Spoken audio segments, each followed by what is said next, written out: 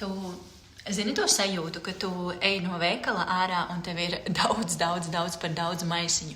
Tas ir ļoti līdzīgi tam, kā strādā mūsu prāts. Mēs pieķeramies stresam, mēs pieķeramies kaut kādiem seniem aizvainojumiem, un mēs ļoti daudz domājam par to, kā būtu, ja būtu. Tieši tāpat kā pārpildīti ar visu, ko maisiņi.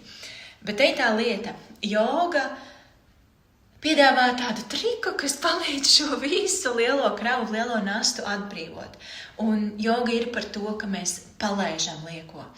Un nevis tādā nozīmē, ka aizmirsti visu, ne par ko vairs nedomā, bet tādā nozīmē, ka tu sakārto savu māju, sakārto savas smadzenes. Un tur ir tādas vienkāršas lietas, kā fokusēšanās uz savu elpu vai atrašanās kādā jogas pozā. Var iemācīt mums ļoti daudz par to, kā pārstāt tik ļoti cieši pieķerties visai tai mentālajai bagāžai, ko mēs stēpam līdz.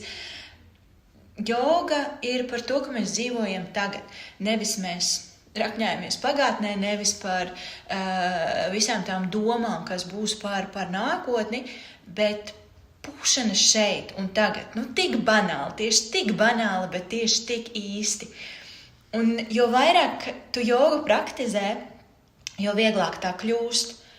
Un ja tu gribi pamēģināt, kas ir tas praksē, par ko es te runāju, tad ieskaties manā mājaslapā, tuvojās jaunais jogas pamatu kurs iesācējiem.